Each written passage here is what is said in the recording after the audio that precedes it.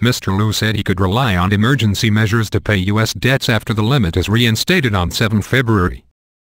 But he anticipated the Treasury's reserves would quickly be exhausted as it issues annual income tax refunds. Congress suspended the debt limit in October as part of a deal to reopen the federal government after a shutdown. The $16.7 trillion, a pound 10.2 yen, cap will be reinstated on Friday.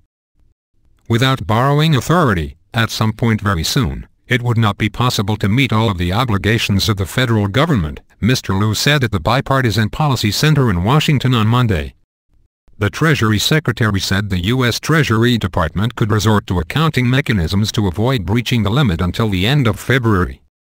But soon after, the U.S. will only be able to pay its debt and other obligations with cash on hand.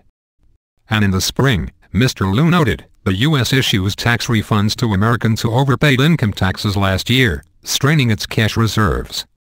While Republicans have in the past demanded budget cuts in return for agreeing an increase in the borrowing limit, the party's leaders have signaled reluctance to do so this time around.